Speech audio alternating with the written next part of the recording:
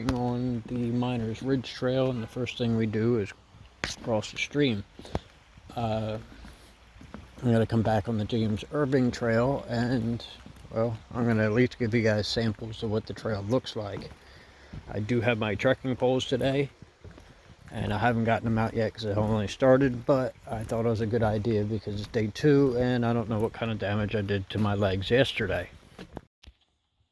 This trail is a little bit more, I don't know, magical, kind of. It has more moss, and it seems a little bit more fairy tale, even though, yes, it is real.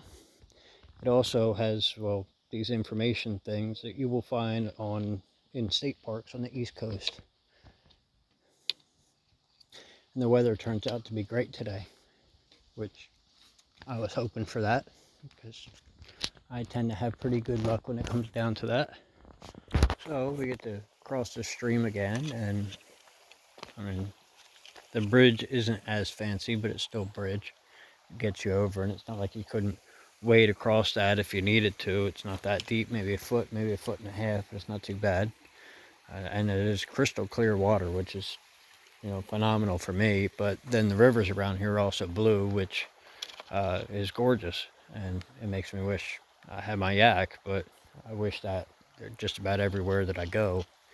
I did see some rafters, actually. Well, for my regulars, if you already watched the drone video on the way here, then you saw the rafters too, so I might actually look into doing that, but I don't know if they're going to allow me to do it by myself or not.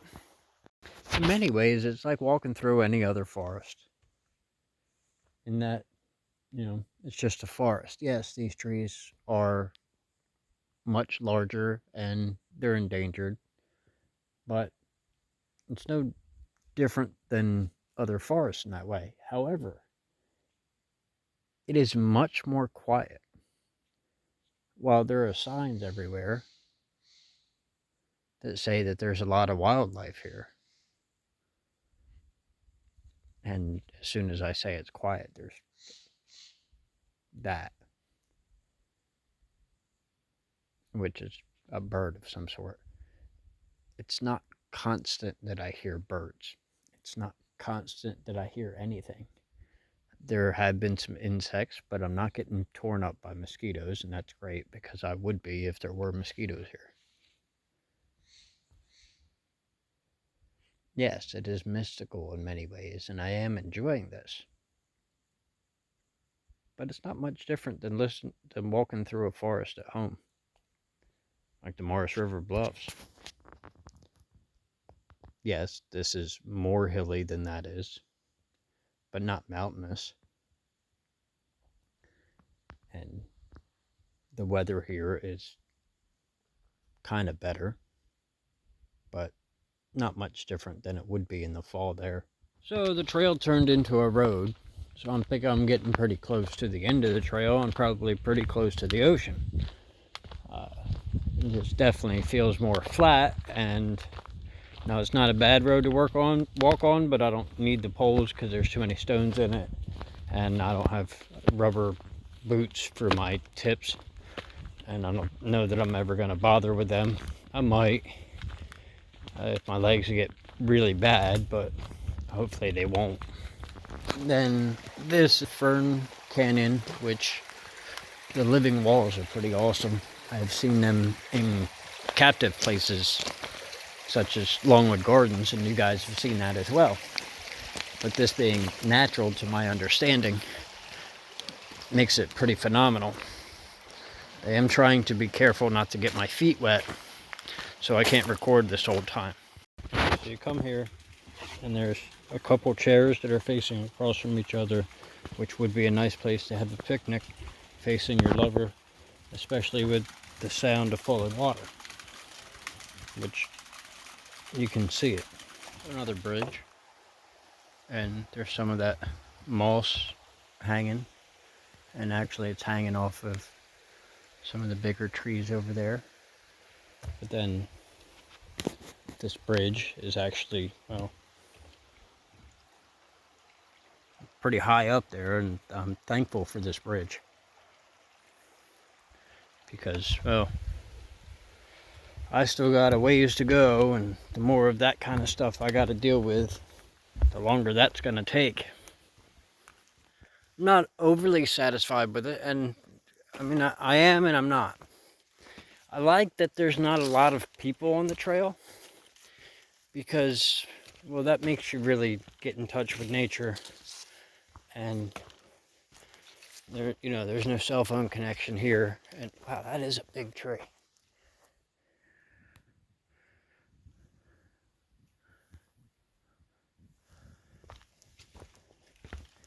But then where I'm at now, it takes quite a bit of work to get here no matter which direction you're going. And I'm more than halfway back, and I don't mean halfway from the coastal setting. I mean halfway, more than half. Like when I got to the coastal setting, I was halfway. So that's how I'm looking at it. Because the total run for this is 11.2 miles, so that means I've gone about 6 miles roughly, or 5.5. But I always kind of tell myself that it's less, that I've done less than I believe I actually have, so that I keep pushing harder, because sunset is a thing. And the way the sun just cuts through is amazing, and it is amazing. I'm not disappointed. It's just I'm not going to spend another day here because there's only so much to do here. And walking in the woods, don't get me wrong, I love walking in the woods, and I'm happy that I haven't had to clean up after too many people. But I've walked in the woods for 2 days now, and I think I've had enough. I don't know what I'm doing tomorrow. But then I'm also disappointed that to the coastal region, there's a parking lot down there, so you can just drive there. And realistically, with this park, if you just want to see the trees or the Fern Canyon, which is something I already showed you, then you can drive to within 200 feet of the big tree. And yes, you can see other trees. And there are some you can see from the road. And then you can drive to the coast, and you can, you know, go to the coast. And yes, there is camping at the coast, so being able to drive to the camping is kind of nice, even though I might prefer that you could only hike there. Even if it was only 1.5 miles, that would deter a lot of people. And I would camp with someone if I had a, you know, romantic partner. But I don't, and that's kind of, you know, why I'm not camping. But if you could only hike to get to the Fern Canyon, that would be nice, because then it wouldn't be overpopulated with, you know, families of fat asses with kids.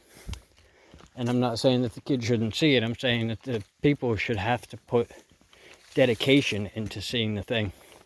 And the people who dedicate themselves to even just hiking 6 miles to get to it, or 5 miles, those people still have more appreciation for what they're seeing because they worked to see it. And no, they didn't discover it, not like that kind of appreciation, but you're not going to get too much of that on this planet. I think this was the only time I've ever seen hot chicks 3 miles out in the woods. And no, I didn't film that or take pictures of that because I thought it was, well, creepy to do so. And I'm not going to catch up to them because they passed me and they're long gone. I can't even hear them talking no more.